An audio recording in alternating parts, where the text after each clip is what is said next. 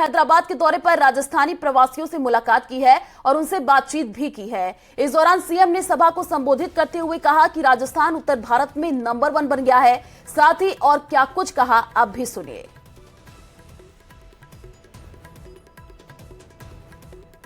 तो राजस्थानी प्रवासियों से यहां पर संवाद भी किया गया है। हैदराबाद से आपको जानकारी दे रहे हैं, उत्तर भारत में राजस्थान नंबर 1 पर है, ये सीएम ने कहा है। तो हैदराबाद के दौरे पर सीएम अशोक गहलोत रहे और राजस्थान प्रवासियों से उन्होंने संवाद भी किया। सीडब्ल्यूसी की बैठक देखिए काफी महत्वपूर्ण भी ये हो जाती है। यहाँ पर चर्चा किया गया, विमर्श किया गया और इसी को लेकर के जो सीएम अशोक गहलोत का हैदराबाद दौरा ये काफी महत्वपूर्ण हो जाता है। यहाँ पर उन्होंने राजस्थानी प्रवासियों से संवाद भी किया है और उत्तर भारत में राजस्थान नंबर 1 पर है, ये भी सीएम अशोक गहलोत ने कहा। आज राजस्थान की आर्थिक विकास दर जो है वो आज आप देखिएगा देश में उत्तर भारत में नंबर 1 है। आज विज्ञापन भी आया अखबार के अंदर, पढ़ा हुआ उसके अंदर, आपने लिखा है उसके अंदर। और बड़े राज्यों में आंध्र प्रदेश भी आता है उसके अंदर, उसमें नंबर 2 है हम लोग। नंबर 1 आंध्र प्रदेश 11.4% GDP है और हमारे 11.04% राजस्थान। तो वहीं आपको बता दें कि इसके पहले सीएम गहलोत सीडब्ल्यूसी की बैठक में शामिल हुए, जिसके समापन पर सीएम ने कहा कि आज का ये सैलाब वर्तमान सरकार की चूल्हे हिला देगी। इंदिरा जी शहीद हो गई, खालिस्तान नहीं बनने दिया, इतिहास गवाह है, इस परिवार ने देशहित को ऊपर रखा है। आज देश में लोकतंत्र खतरे में है, संविधान की धज्जियां उड़ रही हैं। आप गुजरात होगा असम के अंदर संघर्ष चलते थे, मिजोरम के अंदर।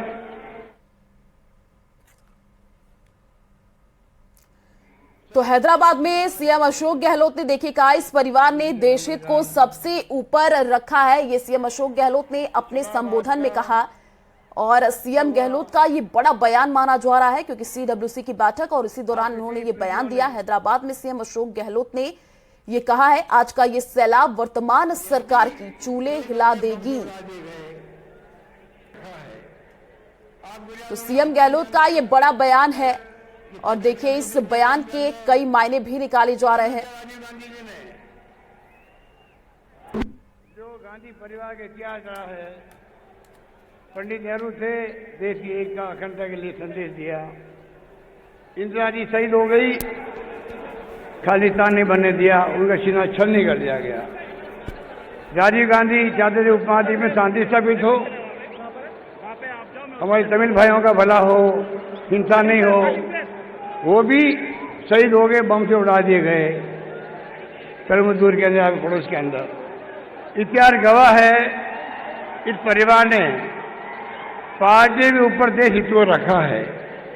आप गुजरात होगा असम के अंदर, बोडोलैंड के अंदर ये संघर्ष चलते थे, मिजोरम के अंदर अपनी सरकारें कुर्बान करना मंजूर किया राजीव गांधी जी ने,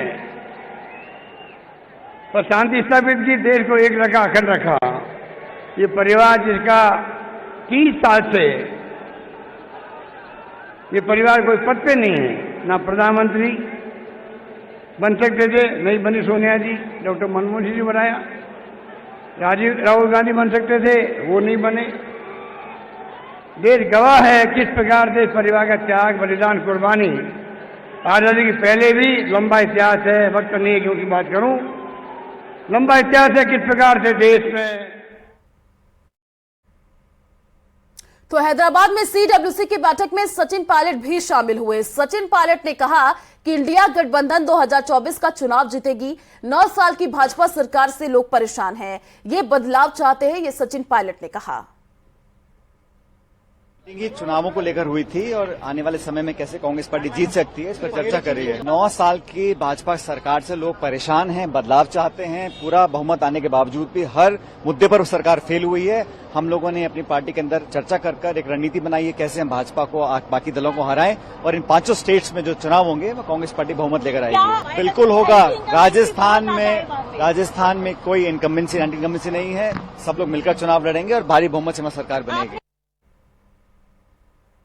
तो बीजेपी की परिवर्तन संकल्प यात्रा रविवार देर रात नागौर पहुंची, जहां जगह जगह यात्रा का स्वागत किया गया। इस दौरान हाल ही में कांग्रेस से बीजेपी में शामिल हुई पूर्व सांसद ज्योति मिर्धा का भाषण चर्चा में रहा। आपको बता दें कि ज्योति मिर्धा ने सबसे पहले नागौर सांसद को ही निशाने पर लिया और दल बल के आरोपों पर जोरदार पलटवार भी किया। पूर्व सांसद ज्योति मिर्धा ने कहा कि वह अब पूरी ताकत के साथ बीजेपी में है और नागौर सहित प्रदेश में बीजेपी को मजबूत करने के लिए ताकत लगाएंगी। तो ज्योति मिर्धा का ये हमला देखिए, वो बीजेपी के सहयोग से सांसद चुने गए, ये कुछ उन्होंने कहा। अभी भाजपा के अंदर एक स्टेप नहीं बन करके जिन्होंने चुनाव लड़ा था और मेरे सामने वो चुनाव जीत करके और संसद में पहुंच गए, उनके बारे में मैं एक छोटी सी टिप्पणी करना चाहूंगा, क्योंकि वो हर जगह ठीक है जोरदार मन ध्यान है, तो टिप्पणी सुनना है मैं जानू। देखो मुझे बड़ा बुरा लगा आज सुन करके, आज सुबह किसी ने मुझे एक वीडियो भेजा जिसमें टीवी इंटरव्यू के अंदर माननीय सांसद महोदय ने कहा है कौन मिर्जा, क्या मिर्जा, कहां से चुनाव जीते, कहां धरना दिया, कहां प्रदर्शन किया, जैसी उनकी एक शैली है जिसमें वो बात किया करते हैं। कहते पार्टी बदलते रहते थे, इनके दादाजी ने पार्टी बदली, ये पार्टी बदलते रहे। मैं आज इस मंच के माध्यम से उन्हें याद दिलाना चाहती हूं कि मैंने वापस रिकॉर्ड चेक करवाया कि उनके पिताजी स्वर्गीय रामदेव जी कितनी बार चुनाव लड़े और कौन सी पार्टियों से लड़े। बड़े रोचक तथ्य सामने आए। जब 77 में चुनाव तो SI से लड़ा और चुनाव जीते। 77 के बाद में उन्होंने 80 में चुनाव लड़ा तो कांग्रेस उर्स से लड़ा और चुनाव हारे। उसके बाद चुनाव लड़ा तो लोकदल से लड़ा, उसका अगला चुनाव लड़ा तो जनता दल से लड़ा, और उसके बाद आखिरी चुनाव जब वो लड़ रहे थे तो बीजेपी के टिकट पे लड़ रहे थे। जब उनका देहांत हो गया तो चुनाव कैंसिल हो गया। माननीय सांसद महोदय की बात करें तो माननीय सांसद महोदय ने अपना जब पहला चुनाव लड़ा तो इनलो पे लड़ा, दूसरा चुनाव लड़ा भारतीय जनता पार्टी के नाम पे लड़ा, तीसरा लड़े निर्दलीय लड़े। चुनाव लड़ने सामने आए। MP वाले चुनाव में पहला चुनाव लड़ा 2014 का, जिसमें वो कहते हैं मैंने 2 चुनाव हरा दिए।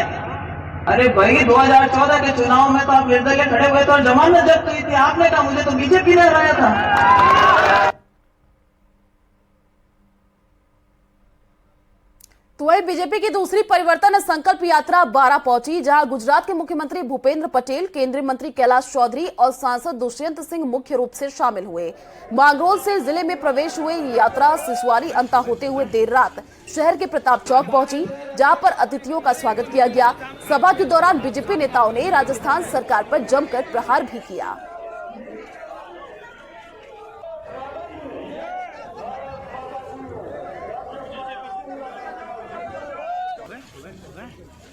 मोदी जी ने ऐसा सुशासन देश को दिया है कि हर पार्टी को विकास के कामों का आधार पर ही लोगों से वोट मांगना पड़ता है। राजस्थान का प्रत्येक व्यक्ति, समाज, हर लोग के स्वास्थ्य, सुशासन और सुरक्षा के साथ हर क्षेत्र में विकास को, इसके लिए भारतीय जनता पार्टी की सरकार को शासन में लाना चाहती है। तुम्हें रोना है तो भाई पहले रोना था। 4.5 साल तक तुम क्या कर रहे थे? राजस्थान की जनता तुम्हें भली भांति जानती है, तुम्हारे नाटक को। ये सब नाटक करके जनता को गुमराह करने के लिए कर रहे। और आपने देखा बहन बेटियों की ये हालात है। आज उनकी खुद की विधायक कहती है कांग्रेस की कि मैं खुद राजस्थान में सुरक्षित नहीं हूं। एक हमने प्रण लिया था कि हम अर्बन ग्रिड सिंचाई योजना के बाद हम हर घर तक, हर खेत तक पानी पहुंचाने के प्रयास करेंगे। उसकी फाइनेंशियल सैंक्शनिंग, उसका फिक्स सैंक्शनिंग पूर्ववर्ती सरकार ने करके दिया था। तो शाम 5:30 बजे देखना ना भूले हमारा नया चुनावी शो गांव शहर चुनावी सफर।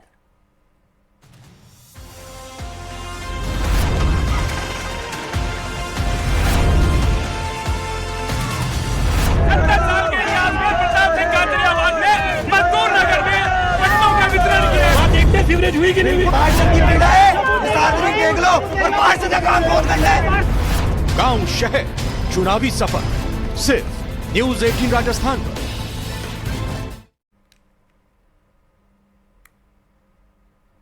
तो चलिए यहाँ रुकते